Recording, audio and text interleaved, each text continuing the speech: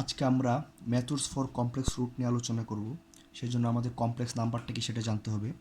তো এখানে জেড হচ্ছে একটা কমপ্লেক্স নাম্বার, যেখানে জেড একটা রিয়েল ভ্যালু এবং একটা ইমাজিনারি ভ্যালু নিয়ে গঠিত। এক্স হচ্ছে রিয়েল ভ্যালু, ওয়াই হচ্ছে ইমাজিনারি ভ্যালু। যদি গ্রাফিক্যালি আমরা দেখে যাই, এক্স এক্সিস বরাবর রিয়েল ভ্যালু এবং ওয়াই এক্সিস বরাবর ইমাজিনারি ভ্যালু, জাস্ট এটুকু জানলে হবে। এখন আমরা নিউটন রাফসন মেথড থেকে হচ্ছে কমপ্লেক্স রুটের যে ফর্মুলা সেটা বের করে নিয়ে আসবো। তো নিউটন রাফসন মেথডের জন্য আমরা জানি হচ্ছে এটাই ফর্মুলা। তো এখানে জেড যেহেতু এক্স এবং ওয়াইয়ের সমন্বয়ে গঠিত, জাস্ট আমরা এখানে জেডের জায়গায় এক্স এইভাবে লিখতে পারি, এখানে বসালাম। এই এফ মানে হচ্ছে এখানে F1 F2, মানে F1 হচ্ছে রিয়েল ভ্যালু, F2 হচ্ছে ইমাজিনারি ভ্যালু। আমরা একটা ফাংশন থেকে হচ্ছে দুইটা ভ্যালু আমরা আলাদা করে নেব। তো এখন আমাদের জ্যাকোবিয়ান ম্যাট্রিক্স জানতে হবে।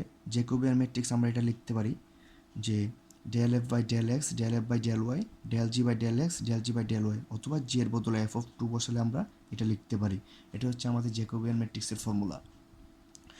তো জ্যাকোবিয়ানের এই এফ আর জি অথবা F1 F2 আমরা কিভাবে পাবো সেটা হচ্ছে আমরা একটা ফাংশনের মাধ্যমে দেখাচ্ছি। যদি z² + 1 একটা ফাংশন হয়, তো z সমান আমরা জানি x plus iy, just set up করলাম। এখানে ক্যালকুলেশন করে আমরা পাচ্ছি এই ভ্যালুটা। এখানে রিয়েল ভ্যালুটা আমরা আলাদা করলাম, ইমাজিনারি ভ্যালুটা হচ্ছে আলাদা করলাম। তো রিয়েল ভ্যালুটাকে আমরা লিখলাম হচ্ছে F1 আর ইমাজিনারি ভ্যালুটাকে লিখলাম হচ্ছে F2। তো এখন এই যে এখানে আমরা হচ্ছে যে জাস্ট জাস্ট হচ্ছে জেডের মানে এটা ক্যালকুলেশন করে আমরা হচ্ছে যে এটা লিখতে পারি। তো এটা কীভাবে আসলো এখন প্রশ্ন হতে পারে। এখানে এফ প্রাইম মানে ডেরিভেশন অফ এক্স, সো এখানে আমরা লিখতে পারি জেড। আর এখানে নিচে জেড মানে হচ্ছে এটাকে আমরা ইনভার্স ম্যাট্রিক্সের জন্য লিখতে পারি Z−1। এটা হচ্ছে জ্যাকোবিয়ান ইনভার্স ম্যাট্রিক্স। তো ইনভার্সটা আমরা কীভাবে বের করব, এখানে যদি আমরা দেখি জাস্ট নর্মাল প্রসেসে যাব। এ যদি একটা ম্যাট্রিক্স হয় 2 ম্যাট্রিক্স ABCD, জাস্ট নর্মাল হতে যেভাবে বের করতে হয়, এখানে হচ্ছে যে এখানে এ আর ডি হচ্ছে যে তাদের স্থান পরিবর্তন করবে এবং সি আর বি এর ক্ষেত্রে হচ্ছে যে মাইনাস দিয়ে গুণ হবে। এখন হচ্ছে আমরা একটা ম্যাথ সলভ করব, তো যার মাধ্যমে হচ্ছে পুরো কমপ্লেক্স রুটের প্রসেসটা দেখানো যাবে। তো এই জন্য আমাদের পুরো ম্যাথটা কমপ্লিটলি দেখতে হবে। তো কোশ্চেনটা দেওয়া আছে হচ্ছে কমপ্লেক্স রুটস অফ একটা ফাংশন দেওয়া আছে Z³ + 1। এখানে x0 আর y0 দুইটা ভ্যালু দেওয়া আছে।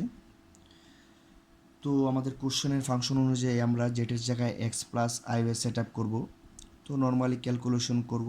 ক্যালকুলেশন করলে আমরা হচ্ছে যে রিয়েল এবং ইমাজিনারি পার্টটা আলাদা করে নিব। তো রিয়েল পার্টের জন্য আমরা f(x y) এবং ইমাজিনারি পার্টের জন্য আমরা g(x y) আলাদা করে নিলাম। আর আমাদের দুইটা ভ্যালু দেওয়া আছে x0 y0 0.25 করে। আর আমাদের ফর্মুলা জানা আছে কমপ্লেক্স রুটের জন্য হচ্ছে এটা। তো এখন আমাদের হচ্ছে যে জ্যাকোবিয়ান ম্যাট্রিক্সটা বের করে নিব আগে। তো সেই জন্য এই যে এফ এর ডেরিভেশন এক্স এর সাপেক্ষে করলে আসে এটা, এফ এর ডেরিভেশন ওয়াই এর সাপেক্ষে করলে আসে এটা। সেম প্রসেস জি কে এক্স এর সাপেক্ষে করলে আসে এটা, জি কে ওয়াই সাপেক্ষে করলে আসে এটা। তারপর আমরা x0 আর y0 এর মান বসিয়ে এখানে বসাবো। তো ম্যাট্রিক্সটা আমরা পাবো এটা। এটা ডিটারমিনেন্ট বের করলাম 1.406। সো এখন নর্মাল ওয়েতে আমাদের দরকার যেহেতু জ্যাকোবিয়ান ইনভার্স ম্যাট্রিক্স, তো জ্যাকোবিয়ান ইনভার্স ম্যাট্রিক্সের প্রসেস অনুযায়ী আমরা জাস্ট মানগুলো বসিয়ে এই যে ম্যাট্রিক্সটা পেয়ে গেলাম। এটা হচ্ছে আমাদের জ্যাকোবিয়ান ইনভার্স ম্যাট্রিক্স। এখন আমরা হচ্ছে ফর্মুলা যাব। তো আমাদের ফর্মুলা হচ্ছে এটা, মানে ইটারেশনের জন্য হচ্ছে এটা। তো এখানে Z1 মানে হচ্ছে আমরা Z0, তারপর ইনভার্স ম্যাট্রিক্স অফ জ্যাকোবিয়ান যেটা লিখতে পারি Z0, আর এখানে সবগুলো এক্স এবং ওয়াইয়ের y0 এর ভ্যালুগুলো বসবে। তো জাস্ট সেট আপ করে দিলাম। আমরা x0 y0 এর ভ্যালু জানি, জ্যাকোবিয়ান আমরা বের করছি ইনভার্স এটা।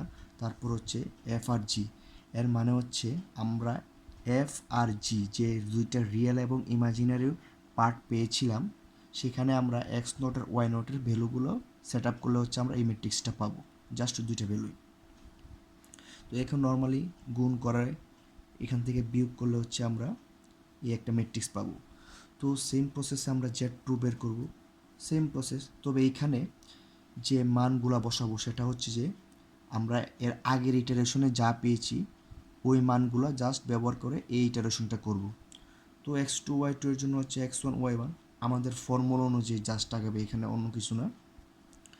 তো সেম প্রসেস এখানে আমাদের জ্যাকোবিয়ান ম্যাট্রিক্সটা বের করে লাগবে। তো এখানে ডিটারমিনেন্ট লাগবে।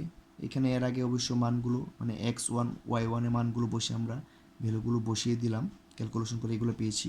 তারপর ডিটারমিনেন্ট বের করব, তারপর জ্যাকোবিয়ান ইনভার্স ম্যাট্রিক্স বের করে নিলাম এবং সেম প্রসেসে হচ্ছে আমরা ফর্মুলা অনুযায়ী এই ম্যাট্রিক্সটা পেলাম। এটা হচ্ছে x2 y2 মানে z2 এর ভ্যালু, যে এটা হচ্ছে z2 এর জন্য ভ্যালু। এখন আমরা z3 এর জন্য বের করব। তো সেম প্রসেস ফর্মুলা অনুযায়ী জাস্ট আমরা x2 y2 ভ্যালু লাগবে, তো x2 y2 ভ্যালু বসালাম, জ্যাকোবিয়ান ম্যাট্রিক্স লাগবে, ডিটারমিনেন্ট বের করলাম, জ্যাকোবিয়ান ইনভার্স ম্যাট্রিক্স বের করলাম। সেম প্রসেসের ফর্মুলা অনুযায়ী ম্যাট্রিক্স গুণ, তারপর ম্যাট্রিক্স থেকে বিয়োগ করে হচ্ছে আমরা এই ম্যাট্রিক্সটা পেলাম। তারপর z4 এর জন্য সেম প্রসেস, জ্যাকোবিয়ান বের করলাম, জ্যাকোবিয়ান ইনভার্স বের করলাম, x4 y4 মানে z4 এর ম্যাট্রিক্সটা পেয়েছি আমরা এটা। Just easy way. এটা হচ্ছে z4 মানে x4 আর y4 এর ভ্যালু। অনুরূপভাবে হচ্ছে আমরা z5 সেম প্রসেস ফর্মুলা অনুযায়ী মান বসিয়ে দিব, Jacobian matrix, Jacobian inverse matrix. তবে এইগুলো করার সময় সতর্ক থাকতে হবে, কারণ একটা পয়েন্ট বা একটা ভ্যালু হচ্ছে যে ভুল হলে রেজাল্টে ঝামেলা যাবে বা পরের ইটারেশনে আসলে মিলবে না জিনিসগুলো। তো এটা হচ্ছে আমাদের z5 জন্য। তো এখানে গুণ করে হচ্ছে এখান থেকে বিয়োগ করলে আমরা z5 এর ভ্যালুটা পেয়ে যাব, জাস্ট এটুকুই। তো সেম প্রসেস আমরা z6 এর জন্য হচ্ছে আমরা z5 মানে আগের ভ্যালুগুলো ইউজ করব।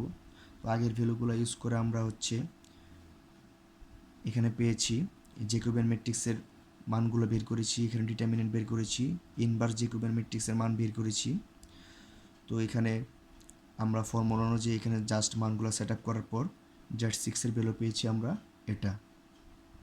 তো অনুরূপভাবে আমরা z7 এর ভ্যালু বের করব, এই জন্য z6 এর মানগুলো লাগবে মানে x6 আর y6 এর মানগুলো লাগবে। তো জ্যাকোবিয়ান ম্যাট্রিক্স, ডিটারমিনেন্ট, তো ইনভার্স জ্যাকোবিয়ান ম্যাট্রিক্স বের করে নিলাম। তো ফর্মুলা অনুযায়ী বসিয়ে ক্যালকুলেশন করে আমরা এই ম্যাট্রিক্সটা পেলাম। সেম প্রসেস আমরা হচ্ছে z8 এর জন্য করব। তো z8 এর জন্য আমরা হচ্ছে z7 এর মানগুলো লাগবে, সেই জন্য হচ্ছে যে আমরা এইভাবে ফর্মুলা অনুযায়ী সেট আপ করলাম, মানগুলো বসালাম, জ্যাকোবিয়ান ম্যাট্রিক্স বের করা লাগবে, ডিটারমিনেন্ট বের করলাম। তো same process Jacobian inverse matrix বের করলাম। তো মানগুলো এখন জাস্ট ফর্মুলা অনুযায়ী সেট আপ করে দিলেই আমাদের এখানে একটা ম্যাট্রিক্স বের হয়ে গেল। এই ক্ষেত্রে জাস্ট একটা ইটারেশন যদি বের করাটা ভালোভাবে শেখা যায় হচ্ছে পরবর্তীগুলো এমনি পারা যাবে। এখানে অনেকগুলো ডাটা দেখা যাচ্ছে, এগুলা নর্মালি আসলে ঝামেলা হয়, সো একটু সাবধানে করা লাগবে আর সবচেয়ে সতর্ক থাকতে হবে। যদিও প্রসেসটা হচ্ছে একটু বড়, বাট সাবধানে করলে হচ্ছে যে ঝামেলা হবে না আশা করি। তো এখানে আমরা হচ্ছে যে z7 যে ভ্যালুটা পেয়েছি, z8 যে ভ্যালুটা পেয়েছি হচ্ছে যে প্রায় কাছাকাছি। সো আমরা বলতে পারি যে আমাদের রুট হচ্ছে 0.5.866। এখন এটা তো হচ্ছে আমাদের রুট পেয়ে গেলাম, মানে এটা দেওয়া হচ্ছে আমাদের যে সমীকরণটা ছিল ওটা সিদ্ধ হবে। সো এখানে সেকেন্ড রুট আসবে 0.5 -0.5 -0.86, মানে গ্রাফের পজিটিভ সাইডে যে রুটটা পাবো গ্রাফের নেগেটিভ সাইডের সেম ডিস্টেন্সে হচ্ছে আমরা রুটটা পাবো। সো থ্যাংক ইউ গাইস, আজ এই পর্যন্তই। Thank you everyone.